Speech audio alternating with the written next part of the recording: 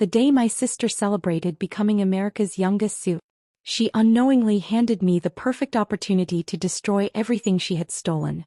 My name is Mason Carter. I was 36 years old. For 12 years, I helped my father build Carter Energy into one of Texas' fastest-growing oil companies. I worked 18-hour days, skipped birthdays, missed holidays, while my younger sister, Chloe, traveled the world posting luxury vacations on social media. Dad always told me one thing. One day this company will belong to both of you. I believed him. I shouldn't have. 3 months after Dad died from a sudden heart attack, everything changed. His lawyer invited us to read the will. I expected an equal inheritance. He said, Chloe received 99% of Carter Energy. I received exactly 1 share. But everyone in the room stared at me with sympathy. Chloe couldn't hide her smile. She whispered just loudly enough. Looks like Dad finally realized who deserved everything. I walked away without saying a word. But something felt wrong. Dad was obsessed with fairness. He would never leave me with a single share. Never. Within weeks, Chloe transformed the company. She fired employees who had worked beside Dad for decades. She replaced experienced executives with her college friends. She bought herself a $25 million mansion, a private jet, 3 exotic cars. The company started bleeding money. Investors became nervous. Employees quietly resigned. Still, she blamed everyone except herself, especially me. One afternoon, an old company accountant named Harold knocked on my apartment door. He looked terrified. Without saying a word, he handed me a dusty envelope. I promised your father I'd give you this only if something terrible happened. Inside was a handwritten letter. It was Dad's handwriting. I recognized it instantly.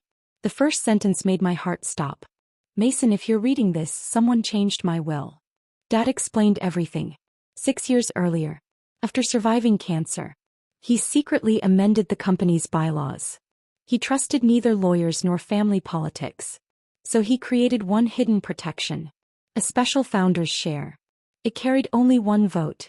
But that single vote could block any sale, merger, or transfer of company ownership. Dad ended the letter with 1 sentence. I gave that share to the only person who earned it. Me. I stared at my stock certificate. The serial number matched the letter perfectly. My worthless 1 share controlled the entire company. Nobody else knew. Not even Chloe.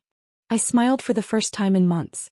Exactly 2 weeks later, Chloe announced she had found a buyer. A massive Wall Street investment group offered $4.8 billion. News channels praised her business genius. Financial magazines called her America's new queen of energy. The board scheduled a signing ceremony. Hundreds of reporters attended. Champagne bottles waited beside the contracts. Everyone expected history. They witnessed a disaster. The lawyers pushed the final agreement toward Chloe. She signed confidently. The investors applauded.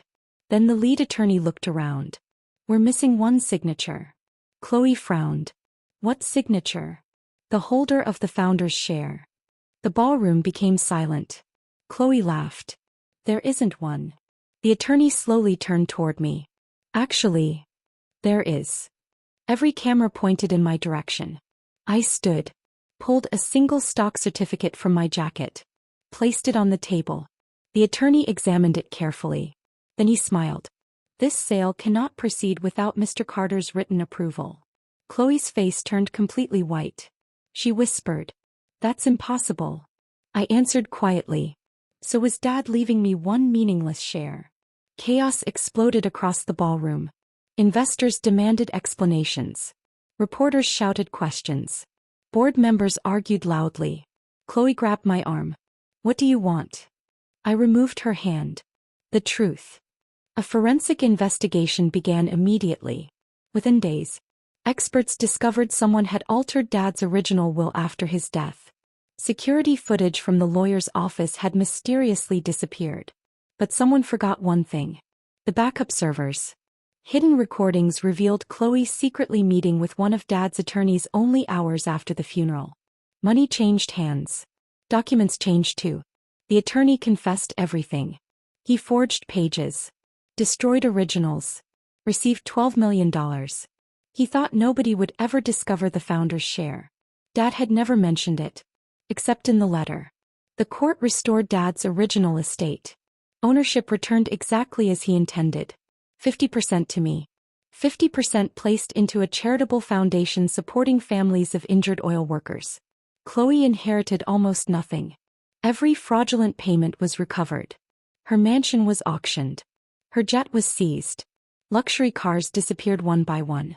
6 months later, I reopened every factory she had closed. Rehired loyal employees. Raised salaries. The company posted its highest profits ever. One afternoon Harold smiled and said, "Your father always knew greed would expose the wrong child." I looked at the founder's share displayed inside my office. People believed that paper made me powerful. They were wrong. Dad's trust did. And the sister who stole 99% of everything lost it all because she underestimated the value of one single share.